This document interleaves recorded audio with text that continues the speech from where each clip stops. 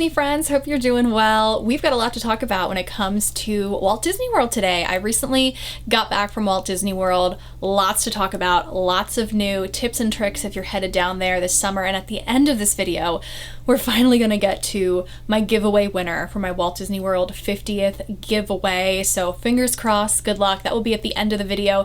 And coming soon, I have hopefully coming soon, knock on wood, my $1,000, I wish I had $1,000, my 1,000 subscriber giveaway and Q&A. So let me know in the comments below of this video if you have any questions for me about Disney stuff, non-Disney stuff, about me, whatever you got, let me know in the comments below and over on Instagram as well. So lots of questions I want to answer today about my trip. Let's get into it. I also want to say thank you guys so much for all the well wishes. I'm still recovering from COVID, but hopefully in the next day or two I'll be getting back to work and just back out there. So please stay safe this summer. Let's make this a healthy and a fun one. All right, first things first, Guardians of the Galaxy Cosmic Rewind. I was very fortunate enough to go to a DVC and annual pass holder preview on my trip. This was before it opened, obviously. It is now open for everyone. Wow. Just wow. A lot of you asked if I got sick. I did not get sick, but the first time I was not prepared for it to be as intense as it was because everyone was telling me, it's a family coaster. It's so smooth. It's gentle. It's a very smooth coaster. It's very smooth. It's not like when you go on the Matterhorn and it's very rough and you feel it. This glides, but it glides intensely. I mean, it is spinning. It is an omni coaster and there's screens involved. So I think that's where a lot of people get motion sickness. I went on Star Tours this trip and I was the Rebel Spy.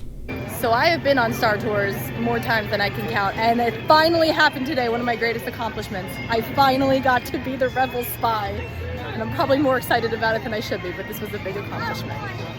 That was a really big thing for me, guys. And I felt it. I felt it getting off of Star Tours. I feel like that headache and just like your stomach's a little not right.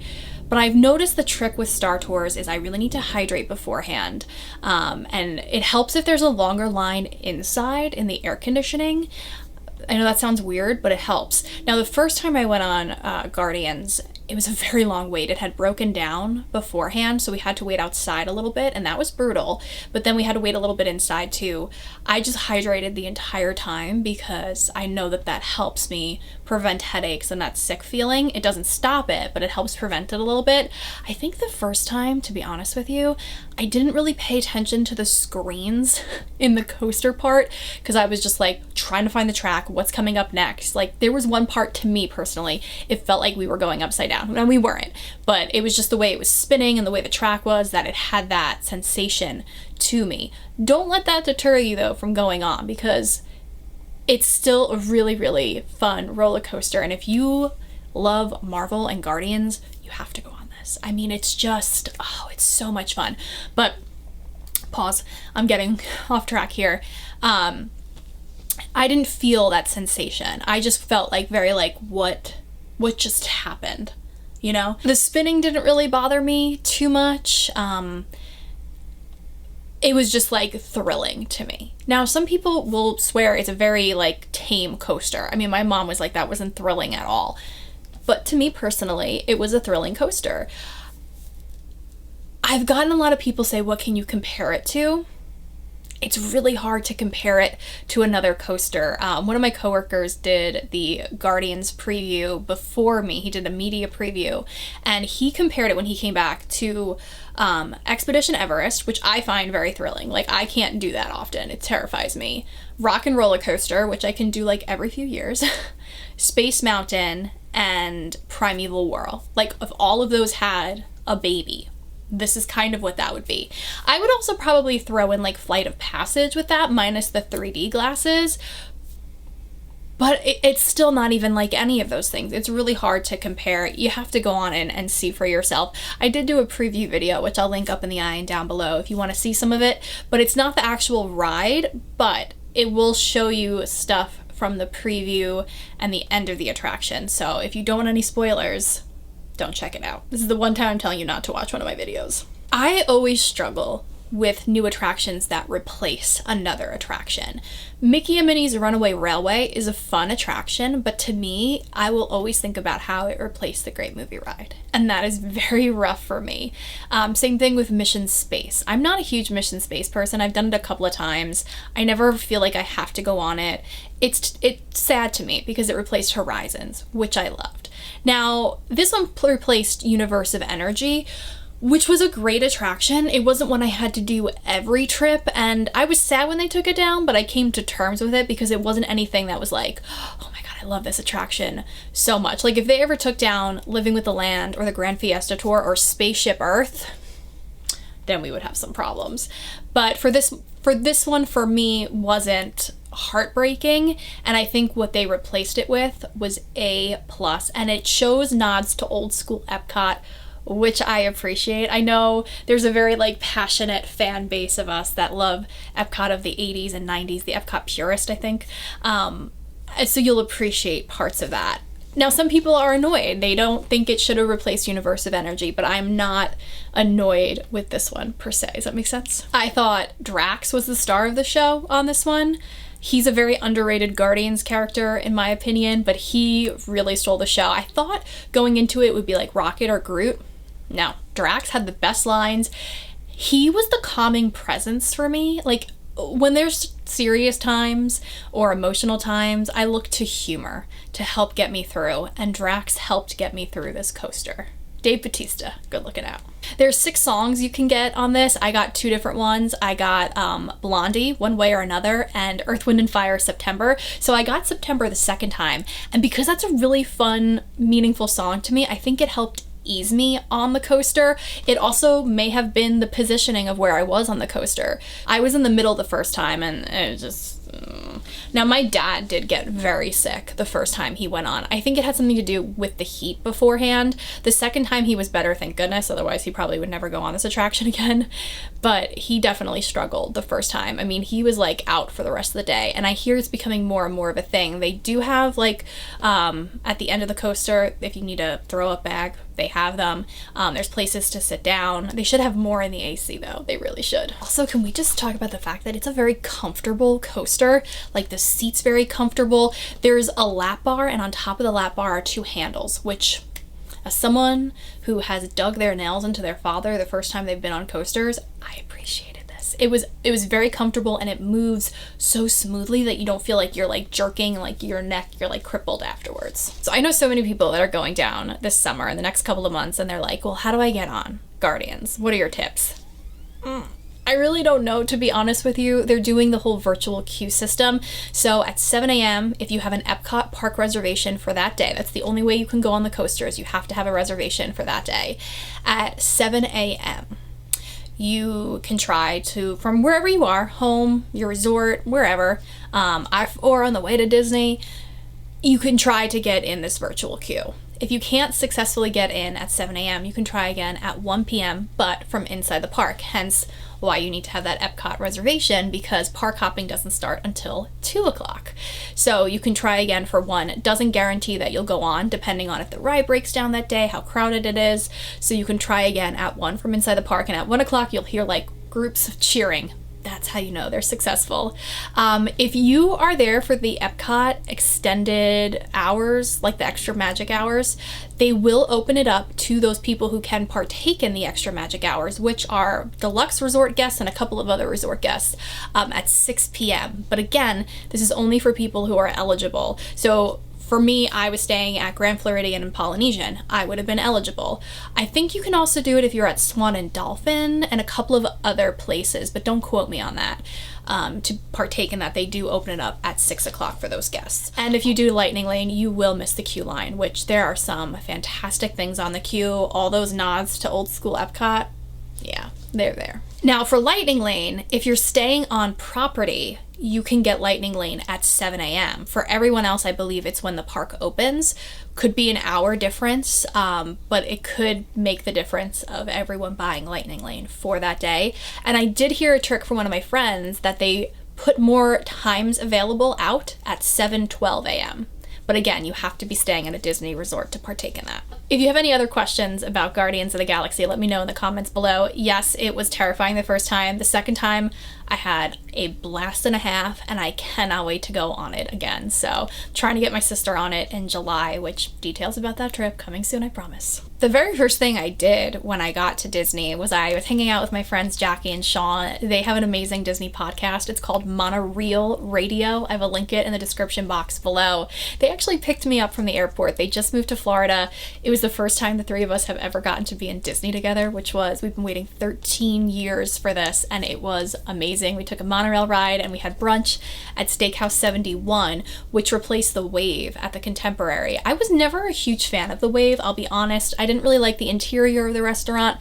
The menu for breakfast was meh, and that's the only meal I had there, but Steakhouse 71, amazing. In fact, I booked a reservation for my sister and I to go in July. That's how good it was. We all raved about it, and we can be pretty picky with that stuff and not the easiest audience to please, but we loved it. The theming of this restaurant was so well done. It's so Walt Disney. It's so perfect for the 50th. It was like more open and airy and bright, and we had an amazing meal. The seats were comfortable. The waiters were fantastic. I had an avocado toast that was out of this world. It was unlike any other avocado toast. The only thing I didn't like, I will say, is I got the celebration sipper, I think it's called, and it was really more for the video, but it wasn't great. You can get that in a lot of places. It was very sugary, wasn't my favorite thing. Sean, my friend Sean, got the bottomless mimosas next time. So I highly recommend Steakhouse 71, at least for breakfast or brunch. And just keep in mind, you can still only make reservations for dining 60 days in advance. It's no longer the 180 days, it's 60 days, which makes things complicated. I also tried the Connections Eatery. It was the first time I got to see Connections Cafe, which is the Starbucks, and Connections Eatery. I'll be honest, I saw pictures on Instagram and for some videos, and I wasn't too impressed with the inside of Connections Eatery until I saw it in person. I don't think what you see on Instagram does it any justice. It is huge inside. I loved Electric Umbrella. I loved it so much. I mean, the food was park food, theme park food, but I loved the inside of it. It was just so Epcot to me, and I was devastated when they took it down. I think Connections Eatery makes a lot of sense, though. There's so many tables, the windows, you could see the monorail, you could see Guardians Cosmic Rewind, which is great to have all that seating and air conditioning for the people who need it when you get off. There's a beautiful restroom, nice and new on the inside, and the food was so good. So good. I have a family of picky eaters. We all found something and loved it, and I can't wait to try more on the menu. If you're wondering what I got the General Tso's chicken salad. I think that's what it's called. A+. Very, very good. And the waffle that they have that they're known for, crowd favorite. So I do think they did a really good job on that, and it's great when you can do the mobile ordering, which wasn't always working when we were there. So I don't know why. It might have been the weather, actually. The weather was terrible. It rained and thunderstormed like every day, and some of the rides went down because of that, so it might have been because of that. This was the trip of merch restocks. Oh my goodness. I saw things I never thought I would see in the stores, like that 50th anniversary Loungefly backpack. Granted, I also saw fights break out over it, but I saw it in a lot of stores. I did notice that if they restocked it like in the morning, by the afternoon or even like 10 minutes later, it would be gone. So rare. 10 minutes later, they're all gone. So they would restock every once in a while after that, but not always. So it's one of those things, if you see it and you really want it, get it. Don't regret it, get it. But I noticed that the ears to go along with it were back. Quite a few 50th things, not all the 50th things. I still haven't seen that blue mug in the parks, that gradient shirt, that like tie-dye looking one for the 50th that everyone loves. Haven't seen that been restocked, but quite a few things were restocked, and hopefully they will continue to be. Also non-50th things too that I hadn't seen in a minute. My sister really wanted a mug in Mexico last May. In fact, Betty and I went to the Mexico Pavilion to look for it. We couldn't, and then saw it this trip. So that's a year ago. They had the Spaceship Earth cookie jar in a lot of stores. So a lot of things that were big last year, they're back. Now, here's my tip. If you see it all over Instagram, chances are it's a really big seller. So that's kind of one of those things where I'm like, if I've seen it before, get it, because I may not see it again. You know what I mean? I got a couple of questions about, are they still selling magic bands? Yes, but not as many as they were, because they are going to have this new kind of magic band, but they are still offering them. If you're a resort guest, they have very few styles available. There's a Gaston one they have right now that my best friend and I are probably going to get for September if it's still available. But they have like maybe 6 styles to choose from instead of 20. In the store, I think the Emporium was the big one I saw with magic bands, and the Camera Shop, what is that called? In Hollywood Studios. Those were the 2 places I saw a lot of magic bands. The rest I saw like 1 or 2. Didn't see any 50th ones in the store now that I think about it. Those may still be sold out. But you still use magic bands. Everyone still uses a magic band to get in. You can use your park ticket if you want, or your phone, but magic bands are still a thing, and I'm so happy because they're just like part of the ensemble now. Wait times. It was crowded this trip. It's crowded just about every trip now. There's never a quiet time of year. But it's easier to get on attractions during fireworks. So I really enjoy fireworks shows, but I'm not going to see them every night because honestly, during Enchantment, it was a walk-on for Seven Dwarfs Mine Train. I think it said it was 45 minutes, maybe 35 minutes. We walked on. It was amazing. I haven't done Mine Train in years because the wait has been crazy, but we walked right in, and I felt so bad because my mom's been in a wheelchair a lot, and she decided she was gonna walk, and I felt like we were walking so fast through the queue because there was nobody there. Same thing with Peter Pan's flight. It's like a 5-minute wait, friend. Yeah, they said it's a 5-minute wait, but it says 90. So, if you are like me and you want to do Peter Pan, do it during Enchantment. It said 90 minutes, but then the cast member told us it was 5. There's literally no one in here. Okay, there's one more. Oh my gosh. If you ever want to see the queue during fireworks, it's the best. Now, during the day, that's not always the case. It can sometimes be the same. If you have been to the parks before, you can kind of gauge when it's going to be a 45-minute wait and when it's going to be a 20-minute wait. A lot of people have a theory that they're marking it up so you feel like you have to buy Lightning Lane. I can't speak for that, but I will say that most of the wait times, 80% of the wait times, were not what they were. It said 20 minutes for Living with the Land, and it was a typical walk-on Living with the Land. Soarin' said 25 minutes, and it was about 10, maybe 15 tops. It's really hard for me to tell you what it's going to be like on your trip. If you're going around the 4th of July, expect a lot of crowds. Weekends, expect more crowds. If you're looking to get on something like Rise of the Resistance, go at night to Hollywood Studios. Same thing with Mickey and Minnie's Runaway Railway and Slinky Dog. I didn't go to Hollywood Studios at night this trip, but I'm assuming it's like it was the past couple of trips with that. Remy's we got on during the extended magic hours. So during the day though, it said it was a lot longer than it was for extended magic. It said it was like 120 minutes. I didn't go in that area, so I really can't tell you if it was or not, but just use your best judgment. And even asking the cast members if it's really a wait or not, some of them were completely honest and said, no, it's not. It's like 5.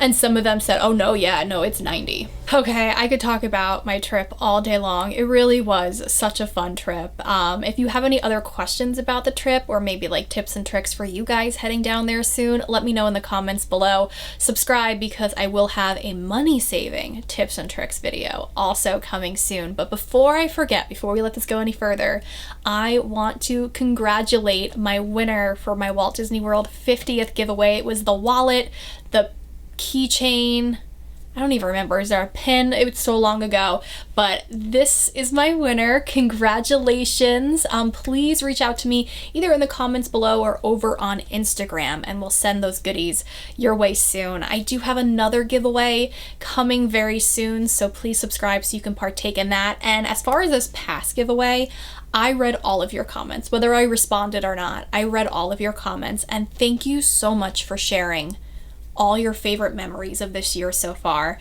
keep them going. Keep that positive outlook that so many of you had.